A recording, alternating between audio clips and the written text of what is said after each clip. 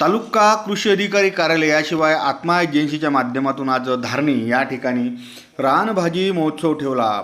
श्रावण महिना लागला की रानभाजी खायची मजा अलग. अरे बापरे, काय प्रोटीन, काय जबरदस्त चव असते. पण आपल्याला इकडचं चुटूरमुटूर खायची सवय पडल्याच्यानं की नाही ते रानभाज्याचं महत्त्व कमी झालं. पण कृषी विभागाच्या माध्यमातून या 2-3 वर्षापासून प्रत्येक ठिकाणी तालुक्याच्या ठिकाणी रानभाजी महोत्सवाचं आयोजन केलं आणि रानभाजी महोत्सवाच्या माध्यमातून लोकांच्या ताटात डबल एकदा सात्विक आहार जात. असाही श्रावण महिना लागला की आपलं सारं बाकीचं खाणं बंद असते. आज सन्मान्य आमदार मेळघाटचे लोकप्रिय आमदार केवलरामजी काळे याच्या हस्ते त्या कार्यक्रमाचं उद्घाटन झालं आणि रानभाजी महोत्सवासाठी व्यापक स्वरूपात नियोजन करण्यात. विशेष म्हणजे येणाऱ्या कालखंडात रानभाजी महोत्सव हा ग्लोबल होईल अशा प्रकारची ही अपेक्षा व्यक्त केल्या जातात. विशेष म्हणजे मेळघाट जर म्हटलं तर अचल रानमेवा त्या ठिकाणी पाहायला भेटते आणि आमच्या आदिवासी बांधवांना जंगलात इकडे तिकडे फिरून ज्या पद्धतीनं तो रानमेवा जमा केला आणि त्याचं जे खास प्रदर्शन मांडलं हे खरंच स्तुत्य होतं. आणि तुम्हाला असं जर रान महोत्सवाचा आनंद घ्यायचा असेल तर आमच्या मेळघाटात या आणि अचल रानमेवा रान चव काय असते याचा आनंद घ्या. पहा पुरी बातमी. अतिशय स्तुत्य असा रानभाजी महोत्सव 2026-27 आयोजित करण्यात आलेला आहे. मेळघाटमध्ये जे लोकलचे सर्व धान्य असतील, कडधान्य असतील, भाजीपाला असेल याचं भव्य असं प्रदर्शन आणि त्याच माध्यमातून एक व्यापक प्रचार आणि प्रसिद्धीसाठी हा रानभाजी महोत्सवाचं आयोजन केलेलं आहे.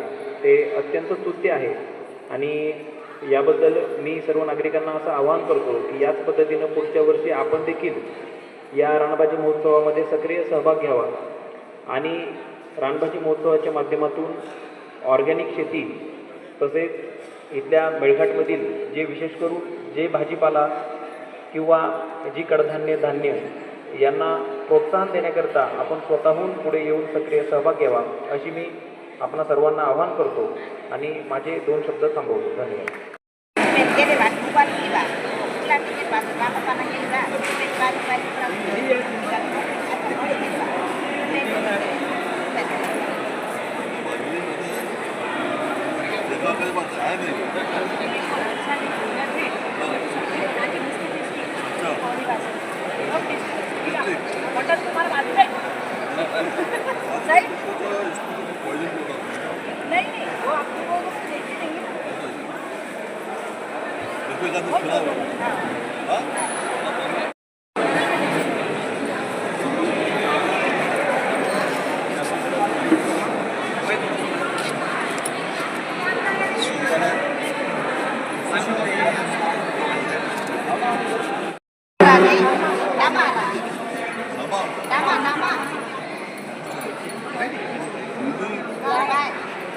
नंतर पाहिजे नाही आपल्याला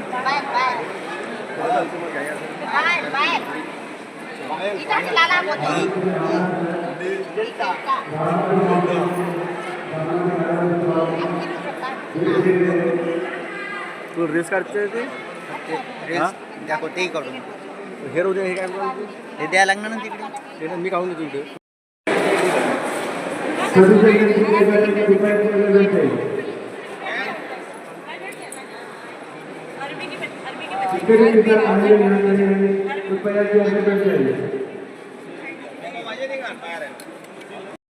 नमस्कार.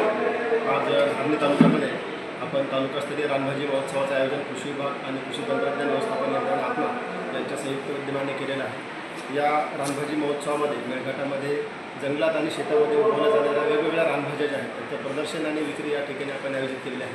जवळजवळ 40पेक्षा जास्त स्टॉल या ठिकाणी आहेत आणि या सर्व स्टॉलधारकांनी आपल्या शेतामधील आपल्या जंगलामधील वेगवेगळ्या रानभाज्या, ज्या रानभाज्या आता हळूहळू लुप्त होत चालल्या आहेत, नव्या जी जनरेशन आहे त्यांना या रानभाज्यांबद्दल माहिती नाही.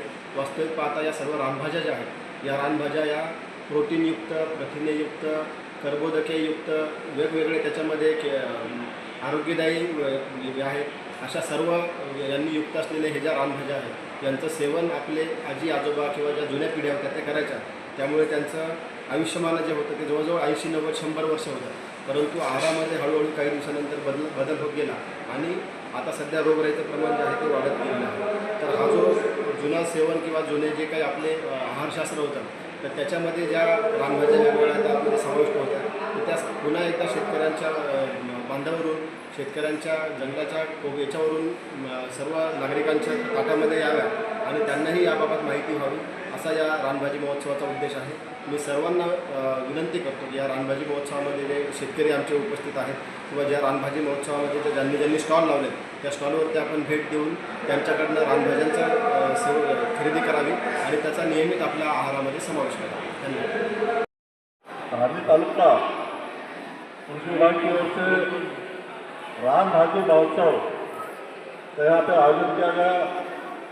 इसके उपलक्ष्य में मंच पर उपस्थित हमारे धारनी के तहसीलदार सेवाड़ा साहब, तालुका हमारे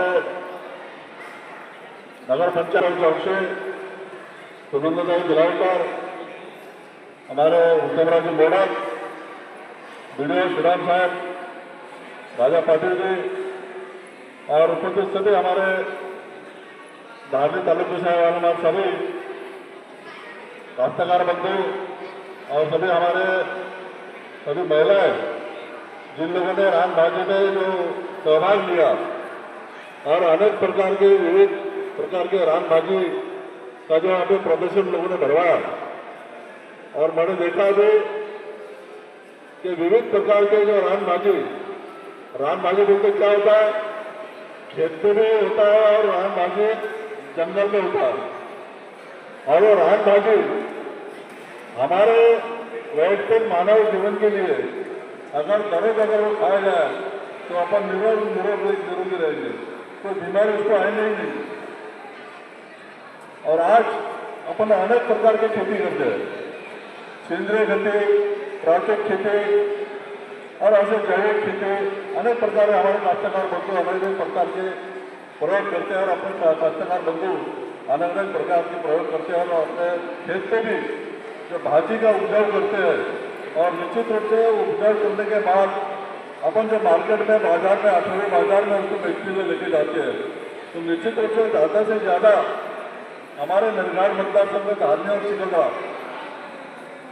विशेष करके हमारे महिलाएं जो काश्तकार है विशेष करके रान भाजी और जो खेत का उपयोग जो भाजी है तो भाजी उपयोग करने के लिए हमारे महिलाएं अग्रसर है और हमारे काश्तकार बंधु भाई है जो आदिवासी खेती करते हैं, छोटे मोटे करते हैं और हम देखते हैं कि आठवेरी बाजार में हर हफ्ते जो भाजी पाला अपने खेत से आता है वो भाजी पाला हमको पूरे ट्रेन में देखने को मिलता है और ट्रेन के लोग यहाँ से वो भाजी पाला यहाँ से लेके जाते हैं, यहाँ से धारनी से सिकंदरा से और एकदम शुद्ध, कोई इसमें कोई रासायनिक प्रक्रिया नहीं है, कोई केंद्रीय प्रक्रिया नहीं है, लेकिन एक नेचुरली की पद्धत से वो रान भाजी का उत्पादन करते हैं हमारे सभी काश्तकार बंधु निश्चित रूप से अपने आरोग्य के लिए और अपने